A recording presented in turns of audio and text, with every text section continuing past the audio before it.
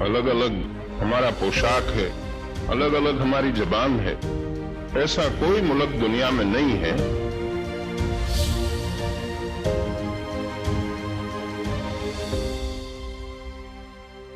ज्वलंत मुद्दे, जनता के सरोकार, बेबाक अंदाज।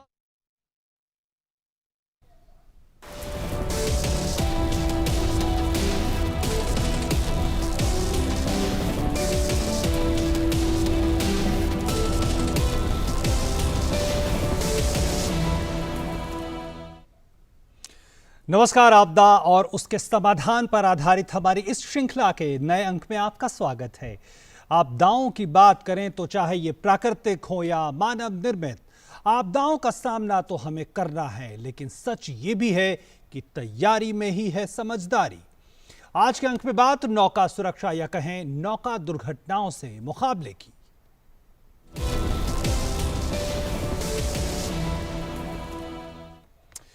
और जब हम नौका दुर्घटनाओं की बात करते हैं तो ये छोटी नौकाएं भी हो सकती हैं और बड़े यात्री जहाज भी। ये राफ्टिंग के बोट भी हो सकते हैं तो मालवाहक जहाज भी। अब जरा इन दुर्घटनाओं को समझने की कोशिश करते हैं, क्या है इसके पीछे कारण और किस तरह से इसको समझा जा सकता है। तो नाव दुर्घटना के जो कारण है उसमें क्षमता से अधिक सवारी, नाव पर भार का असमान बंटवारा, जहाज या नाव की डिजाइन में कमी या खराबी, रखरखाव में कमी, नदी की धारा या वेग का गलत अंदाजा लगाना नाविक के द्वारा, और ख़राब मौसम भी इसके एक बड़े कारण हैं। लेकिन इसको और थोड़ा हम समझते हैं कुछ इसके दूसरे पहलुओं को। तो अप्रशिक्षित नाविक समूह, ओवरलोडिंग, ये कुछ ऐसे हैं जिनकी वजह से, या जो विनियामक मानक हैं उनकी कमी, उनका लागू ना होना, दोषपूर्ण नौका का डिजाइन, मौसम पूर्वानुमान को दरकिनार या अनसुना करना, ये कुछ ऐसे कारण हैं जिसकी वजह से दुर्घटनाएं हमने देखी हैं इतिहास में। और भारत की अगर बात करें तो भारत और हर साल सैकड़ों इस तरह की खबरें छोटी बड़ी आती रहती हैं नौका दुर्घटनाओं की। और एक बड़ी घटना हुई थी ब्रह्मपुत्र में 2012 में, एक फेरी नाव हादसा हुआ था, 250 लोगों की मौत हुई थी। लेकिन भारत के संदर्भ में अगर हम समझें तो नौका दुर्घटनाएं और उसकी सुरक्षा को लेकर कई विशिष्ट स्थिति है, जिसमें भारत एक तो 3 ओर से समुद्र से घिरा हुआ जो है देश है, और यहाँ 5700 किलोमीटर लंबे समुद्र तट है। देश के अंदर नदियों का जाल है, अंतर्देशीय नौवहन की विशेष तरह की स्थितियां हैं, और इसके अलावा उष्णकटिबंधीय जलवायु के कारण जल स्तर में काफ़ी उतार चढ़ाव होता है। ये एक बड़ा कारण है। देश भर में 111 राष्ट्रीय जलमार्ग हैं, नौवहन का इस्तेमाल बहुत होता है। राष्ट्रीय जलमार्ग की लंबाई करीब 3400 किलोमीटर तक है, और इसका मतलब है कि काफ़ी बड़ी संख्या में लोग नाव में यात्रा करते हैं। अलग अलग वजहों से मालों की ढुलाई भी होती है, तो कई वजह हैं, और हम आज इसको समझने की कोशिश करेंगे कि आखिर जो कारण हैं और क्या उपाय किए गए हैं पिछले सालों में, हम इसकी भी बात करेंगे, और क्या आने वाले वक्त की रणनीतियां हैं। हमारे साथ 3 खास मेहमान हमारे साथ जुड़ चुके हैं इस कार्यक्रम में, इस पर चर्चा के लिए। और हमारे साथ हैं राजेंद्र सिंह जी हैं, एनडीएमए के सदस्य हैं। हमारे साथ रणदीप राणा साहब हैं, उप महानिरीक्षक एनडीआरएफ। और हमारे साथ एसवीके रेड्डी साहब हैं, मुख्य अभियंता भारतीय अंतर्देशीय जलमार्ग प्राधिकरण। बहुत बहुत स्वागत आप तीनों का हमारे इस कार्यक्रम में।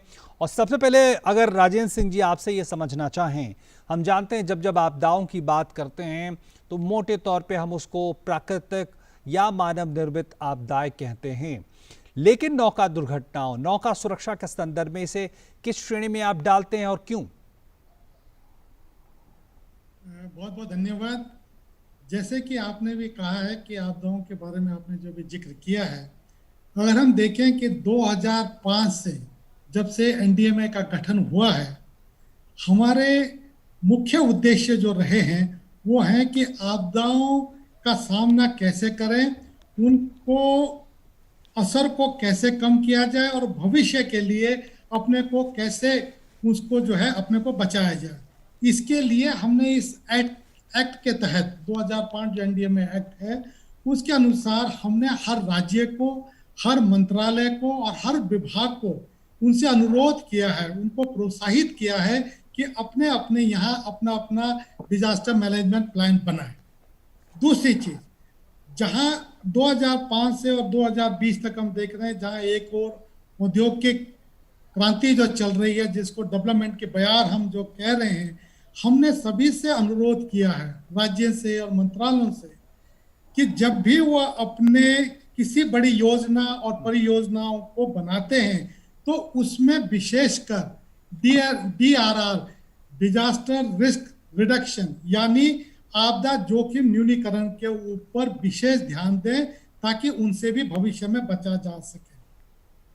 इसके अनुसार जो मुख्य काम हम लोगों ने किया है, 2016-2019 में जो द्वितीय संस्करण हमारा आया है, जो डिजास्टर मैनेजमेंट एक्ट आया है 2019, उसको हमने हर राज्य के साथ, हर मंत्रालयों के साथ, हर विभाग के साथ उसको साझा किया है और उसमें अनुरोध किया है हर विभाग से कि इसके अनुसार अपनी आपदा नीति बनाए और उसको अमल में लाए।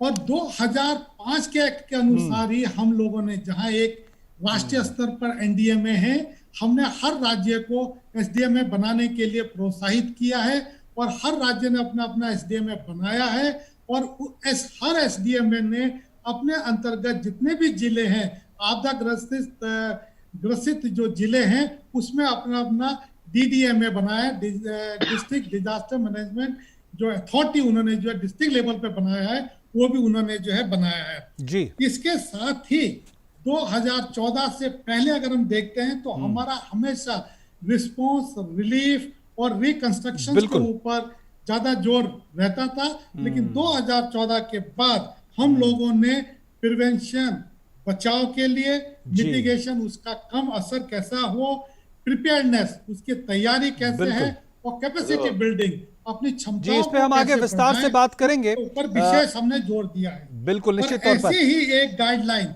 राजेंद्र सिंह जी, अभी कार्यक्रम में और हम इसके पहलुओं की बात करेंगे, एक बार में सारी बात करने के बजाय उसको टुकड़ों में बात कर लेते हैं। मैं एक छोटी सी बात करना चाह रहा हूं कि 2017 में हमने एक गाइडलाइन इशू की है बोट सेफ्टी के ऊपर।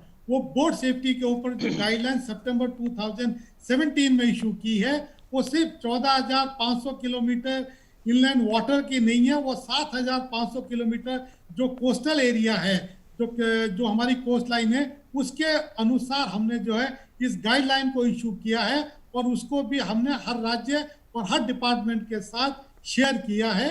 और जैसे आपने बताया है अभी कि ओवरलोडिंग और सेफ्टी इक्विपमेंट, मौसम की जानकारी, इन सब बातों का उसमें समावेश है और हर जिला स्तर पर जो है हमने इसको शेयर किया है।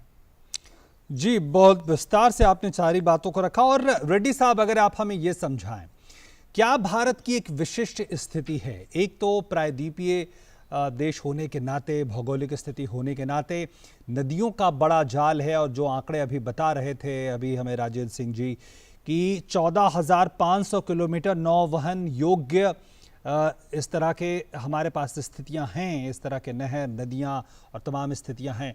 तो क्या भारत की स्थिति जो है एक अलग है, विशिष्ट है, और उसकी वजह से ही हमें इस तरह की दुर्घटनाओं, समस्या पे जो है ज़्यादा ध्यान रखना चाहिए और उस पर किया जा रहा है काम? 14,500 किलोमीटर के वाटरवे में हम लोग पूरा सर्वे करके कौन सी नदियां वाटरवे के नेविगेशन के सूटेबल है, वो सर्वे के हिसाब से हम लोग डिसाइड करके पार्लियामेंट में करके डिक्लेयर करते हैं तो ये पर्टिकुलर वाटरवे नेविगेशन के सूटेबल है, इसको नेशनल वाटरवे के रूप में डिक्लेयर कर दिया। ऐसी तो 2008 तक हमारा पास 5 नेशनल वाटरवे था। नेशनल वाटरवे 1 है गंगा, हुगली, भगीरथी रिवर सिस्टम है from Sagar islands in West Bengal से इलाहाबाद यूपी तक है।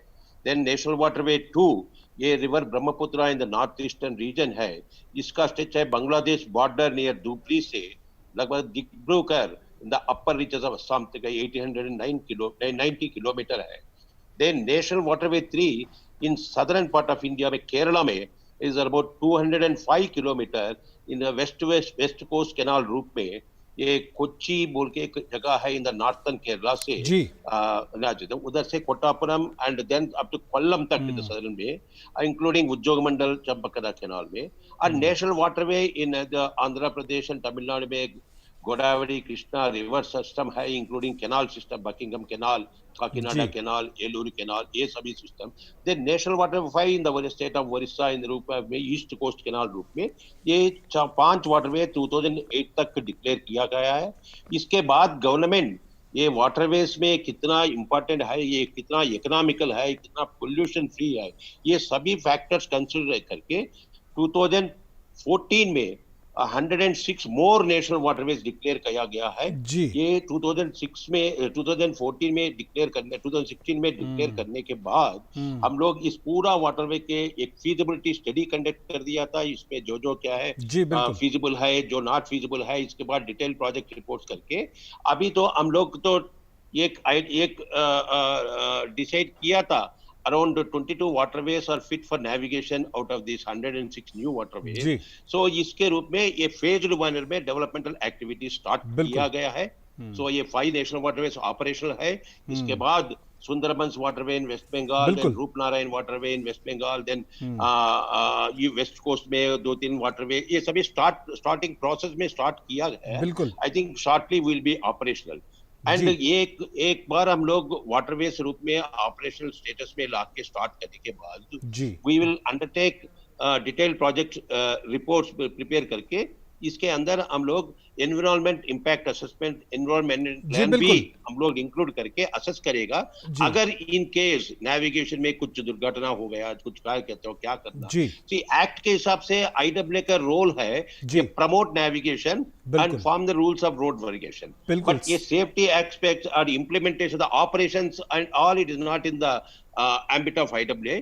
ये वंस ऑपरेशन सर्विसेज होगा तो प्राइवेट सेक्टर और स्टेट गवर्नमेंट आईवी एक्ट बोल के बिल्कुल एक्ट 2007 के there is one more act, इसके अंदर जो रूल ये फंक्शंस डिस्क्राइब किया गया है, कौन सी एजेंसी, लॉट ऑफ एजेंसीज। जी रेड्डी साहब बिल्कुल बिल्कुल, एक बार में हम लंबी बात ना करें, टुकड़े टुकड़े में बात करें तो ज्यादा बेहतर रहेगा, क्योंकि दर्शकों के लिए भी वो ठीक रहेगा। एक बार में बहुत लंबा बोलना शायद अच्छा नहीं है। ठीक है। रणदीप साहब, अब ये बताएं, एक बड़ी भूमिका एनडीआरएफ की है और जिस तरह से तमाम तैयारियां की गई हैं, गाइडलाइंस हैं, और जिस तरह से अभी रेड्डी साहब बता रहे थे कि वो अपनी तरफ से जिस तरह की नौवहन को लेकर स्थितियां ठीक करने की कोशिश में लगे हैं, क्या आमतौर पर समस्या आती है और क्या आमतौर पर समस्या ज़मीन पर रहती है जिसकी वजह से बचाव कार्यों, और क्या इसको लेकर पिछले सालों में स्थितियां ठीक हुई हैं? कि जहाँ पे बोट कैप्साइज या बोट रिलेटेड एक्सीडेंट्स की बात अगर हम करें तो इसको 2 कैटेगरीज में मुख्य तौर पे रख सकते हैं। एक तो अभी जो मिस्टर रेड्डी बात कर रहे थे, जो एक systematic transportation through use of waterways, उसमें अगर एक्सीडेंट्स की बात करें तो वो लगभग ना के बराबर होता है। उस तरह के भी एक्सीडेंट्स होते हैं पर बहुत कम होते हैं। और एनडीआरएफ जब भी कोई बड़ा बोट कैप्साइज इंसिडेंट होता है उसमें एनडीआरएफ रिस्पॉन्ड करती है। और हम लोगों का एक्सपीरियंस ये है कि जितने भी बोट कैप्साइज इंसिडेंट्स हमारे देश में होते हैं जिसमें लोगों की जान बचाने की जरूरत पड़ती है, वो लगभग सारे के सारे, अगर मैं कहूँ कि 90% एंड अबाव ऐसी बोट कैप्साइज होती हैं जो फेयरिंग का काम करती हैं, रिवर क्रॉसिंग का काम करती हैं, या किसी विद इन द रिवर एक आइलैंड पे लोगों को लाने ले जाने का काम करते हैं।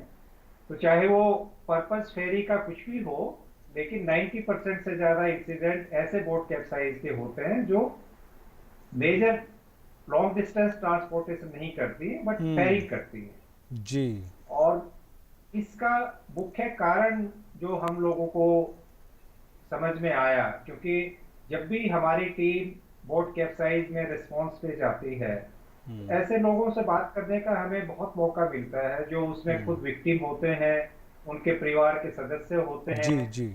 ऐसे लोग जो उन बोट्स को ऑपरेट करते हैं, उनका जो स्टाफ है, उन बोट्स पे काम करने वाले लोग हैं, उसी तरह की दूसरी बोट जो उस घाट पे ऑपरेट करती हैं, उनसे बात करने का मौका हमारे टीम के सदस्यों को बहुत मिलता है जी।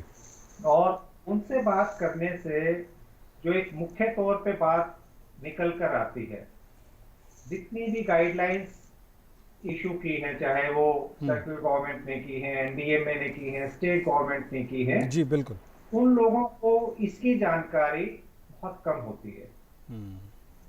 और ये जो प्रोग्राम आप कर रहे हैं, एक बड़ा हर्ष का विषय है कि ये एक ऐसा प्रोग्राम है जिसमें इस तरह की जानकारी दूर दराज के लोगों तक भी पहुंचने का एक ये बहुत बिल्कुल। अच्छा प्रयास है। और दूसरा जो मुख्य कारण मैं मानता हूं, वो जो रीइंफोर्समेंट एजेंसीज हैं, जो बोट सेफ्टी गाइडलाइंस को चेक करने की जिनकी जिम्मेवारी है, मुख्य तौर पे वो अपना काम सीमित रखते हैं बड़ी बोट्स तक, जो लॉन्ग डिस्टेंस ट्रांसपोर्टेशन में लगी हुई हैं, या जो ऐसी बोट्स हैं जहां पे ज्यादा पैसेंजर्स का एक आना जाना रहता है, एक इंस्टीट्यूशनलाइज्ड मैनर में। ठीक है, बिल्कुल। लेकिन ये जो छोटी बोट जो कैप्साइज होती है, जो फेरिंग के काम में लगी हुई है जी, आमतौर पे चेकिंग एजेंसीज का ध्यान इनकी तरफ नहीं जा पाता है। ठीक है, बहुत महत्वपूर्ण बात कह रहे हैं आप राजेंद्र सिंह जी। और राजेंद्र सिंह जी, आपसे ये जानना चाहूँगा कि जो एक बात सामने आ रही है, 2017 में भी विस्तार से आप लोगों ने नौका सुरक्षा, नौवहन सुरक्षा को लेकर गाइडलाइंस जारी की, जिसका जिक्र आपने किया, तमाम तरह की बातें हैं। मैं भारत की एक विशिष्ट स्थिति की बात कर रहा था। उसमें हम जानते हैं बहुत सारी नदियां ऐसी हैं जो वर्षा आधारित हैं, जिनमें जल का स्तर घटता बढ़ता रहता है। और जिस तरह से रणदीप साहब कह रहे हैं कि छोटी नौकाएं जो फेरी की तरह काम करती हैं, वहाँ दुर्घटनाएं ज़्यादा होती हैं। तो क्या आपको लगता है कि ये जो बारिश में जल स्तर घटना बढ़ना है, क्या ये एक महत्वपूर्ण कारण के तौर पर निकल पर आ पा रहा है? और इसको लेकर जो अर्ली वार्निंग सिस्टम, या ये किस तरह से पूरी पद्धति काम करती है? देखिए, इसमें सब चीज़ों का समावेश होता है। अगर हम देखें तो बाढ़ के ऊपर भी हमने गाइडलाइन इशू की है, अर्बन बाढ़ के ऊपर भी की है, नदियों के बाढ़ के ऊपर भी गाइडलाइन है, बोट सेफ्टी के ऊपर भी गाइडलाइन है। लेकिन ये सब के सब स्टेट के सब्जेक्ट होते हैं। स्टेट जो है, जैसे इनलैंड वाटरवेज को भी बनाया गया है, वहाँ एक अथॉरिटी है, हर एक ने अपनी गाइडलाइन बनाई है।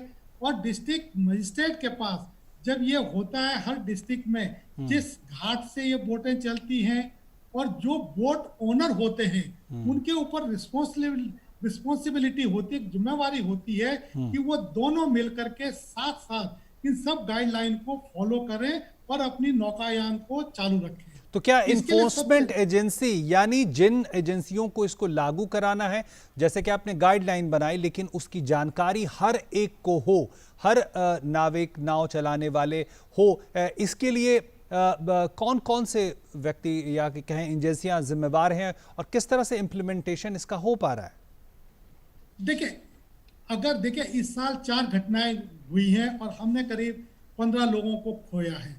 एक जान का खोना भी हमारे लिए एक बहुत गहन का विषय बन जाता है। क्यों हुई है ये घटना? इसके लिए क्या गाइडलाइन फॉलो नहीं हुई है? क्या लगेज उसमें एक्सेस भरा गया है?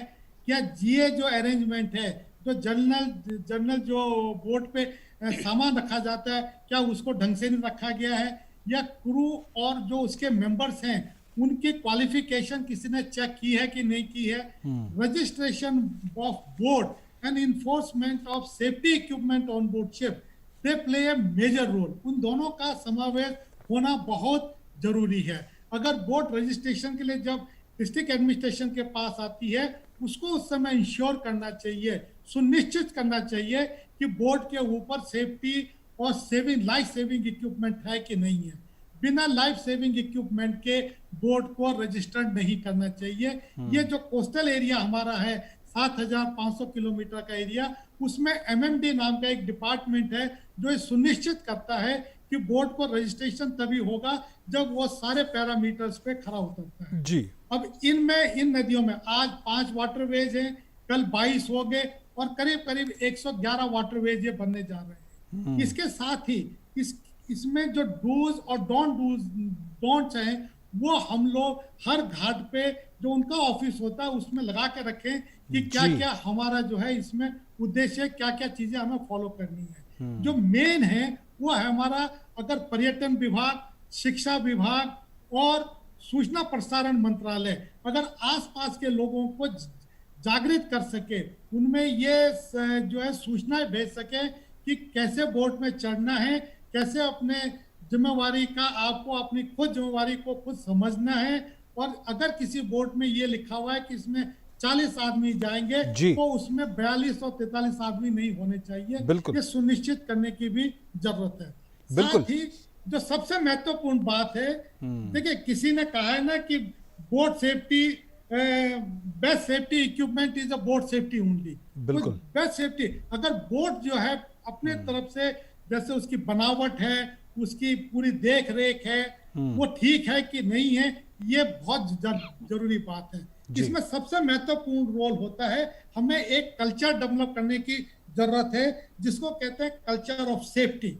सुरक्षा का एक ऐसा नियम होना चाहिए जो सबको फॉलो करना चाहिए। कल्चर ऑफ फॉलोइंग रूल्स और कल्चर ऑफ रिपेयर। इन बोटों की रिपेयर टाइम पे हो रही है कि नहीं। देखिए सोनी कंपनी जो जापान की है, उसके एकियो मोरिटा उसके चेयरमैन हुआ करते थे और वो बहुत अच्छी उन्होंने बात की है। उन्होंने कहा है कि बहुत अच्छा है जब हम किसी मशीनरी में कोई फॉल्ट निकालते हैं, लेकिन उससे अच्छी बात यह है कि उस फॉल्ट को या तो हम रिपेयर करते हैं या उस मशीनरी के जो पार्ट को हम रिप्लेस करते हैं। क्या इन बोट की जो ये बोट चलती है, वाटरवेज पे चल रही है, इनकी रिपेयर समय पे हो रही है कि नहीं हो रही है, उनका अंडर वाटर चेक हो रहा है कि नहीं हो रहा है, उनके लाइफ सेविंग इक्विपमेंट जो ऑन बोर्ड है उनका प्रॉपर सर्वे हो रहा है कि नहीं हो रहा है, ये सब चीजें सुनिश्चित करने की जरूरत है। जी बिल्कुल। साथ ही एनडीएमए ने देखिए किसी भी दुर्घटना के समय सर्च और रेस्क्यू, ढूंढ और बचाव कार्य सबसे जो है इंपॉर्टेंट काम होता है। इसके लिए एनडीआरएफ आज 12,000 की फोर्स है, निश्चित तौर पर 12,000 की फोर्स है, और हमें आसपास की community, they are the first responder, उनको हमें तैयार करना है कि ऐसे किसी चीज से निपटने के लिए वो आगे आए और बढ़े। उसके लिए एनडीएमए ने 2017 में स्कीम शुरू की थी, आपदा मित्र, जो 25 जिलों के 25 राज्यों के 30 जिलों में शुरू हुई थी।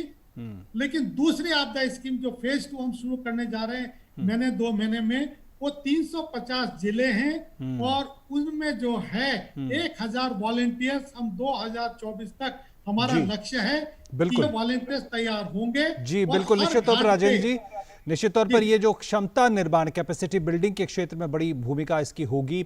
और क्या कहेंगे रणदीप जी, जिस तरह से राजेंद्र जी कह रहे हैं कि लोगों को भी प्रशिक्षित किया जाएगा, वॉलंटियर, ये कितनी बड़ी इसकी भूमिका हो सकती है? जो एक कैपेसिटी बिल्डिंग होगी, सोसाइटी में भी उस तरह के विशेषज्ञ मौजूद होंगे, एक्सपर्ट होंगे, तैयार वो रहेंगे परिस्थितियों के लिए। ये बेहद जरूरी चीज है, और जैसा कि ऑनरेबल मेंबर हमारा एक्सपीरियंस के हिसाब से देयर आर वेरियस रीजंस। बोले आप बोले। कि लोगों में जागरूकता नहीं बढ़ेगी तब तक पूरी तरह से इन चीजों का समाधान नहीं किया जा सकता है। और जो अभी ऑनरेबल मेंबर एनडीएमए ने बताया, जो बोट सेफ्टी गाइडलाइंस 2017 में एनडीएमए ने बनाई थी, उस कमेटी का मैं भी मेंबर था, और उस प्रोसेस में हमने लगभग हर राज्य में हर घाट के जो भी बोट ऑपरेट होती है वहां पे कोशिश की उन लोगों से बात करने की, उनकी जरूरतों की, उनके बारे में उनका क्या विचार है कि बोट कितनी सुरक्षित होनी चाहिए और कितना एक्सीडेंट से बचाव के उसमें साधन होने चाहिए। तो एक मुख्य बात जो निकल के उनसे बात करने में आई, उनको सबका ही ये कहना था कि बोट अगर एक्सीडेंट होता है, बोट कैप्साइज होती है अगर है, तो सबसे ज्यादा खतरा हम लोगों को है, और जिन पैसेंजर्स को हम लेके जाते हैं वो हमारे ही आसपास के रहने वाले लोग हैं, उनकी जान को जोखिम में डाल के हम लोग ये काम करते हैं। तो जागरूकता बेहद जरूरी है लोकल लेवल पे, चाहे वो बोट ऑपरेट करने वाले लोग हैं या बोट में जर्नी करने वाले लोग हैं। कम्युनिटी अवेयरनेस अगर साथ साथ इसके चलेगा तो ये अपने आप में काफी बड़ा योगदान इसका। जी बिल्कुल बिल्कुल। रेड्डी साहब, ये बताएं हमें, क्या आपको लगता है कि इस पूरे मामले को लेकर और ज़्यादा रिसर्च डेवलपमेंट की ज़रूरत है, नए सिरे से चीज़ों को समझने की ज़रूरत है? वो इसलिए क्योंकि हम देख रहे हैं कि नदियों में भी, इसी में समुद्र में इसी में आ रहा भी हूँ। जलवायु परिवर्तन की परिस्थितियां हैं। जिस तरह से मौसम भी एक जिस तरह से कई बार अतिवादी रूप अख्तियार करता है, आपको लगता है कि जो परिस्थितियां बदली हैं उनके मुताबिक भी चीजों की तैयारी होनी चाहिए? यस, जरूर तैयारी होनी चाहिए। हमारा एक्सपीरियंस क्या, हमको जो एक्सपीरियंस है, जो warning system, weather bulletins, whatever अभी तो वेदर डिपार्टमेंट रिलीज करता है, ये वेदर बुलेटिन का सीक्वेंस और फ्रीक्वेंसी ऐसी होना चाहता है। ये तो वेदर से नॉर्मली वेदर वॉयज प्लान सभी जो भी डिसाइड करता है, वो इतना लंबा एडवांस में प्लान करके नहीं रहते। वो तो ये छोटा वेदर जस्ट 1 घंटा, 2 घंटा, 3 घंटा व्यवधि में प्लान करता है। अब थोड़ा बड़ा वेसल तो 100 टन 200 टन वाला ज्यादा लद्दाख है, तो इसमें 1 दिन 2 दिन के व्यवधि में तो प्लान करता है। इसके हिसाब से ये वेदर बुलेटिन जो है ना, ये बुलेटिन का फ्रीक्वेंसी ऐसी रखना है, तो ये तो कम से कम पीरियड में ये छोटा नेविगेटर्स को पहुंचना है।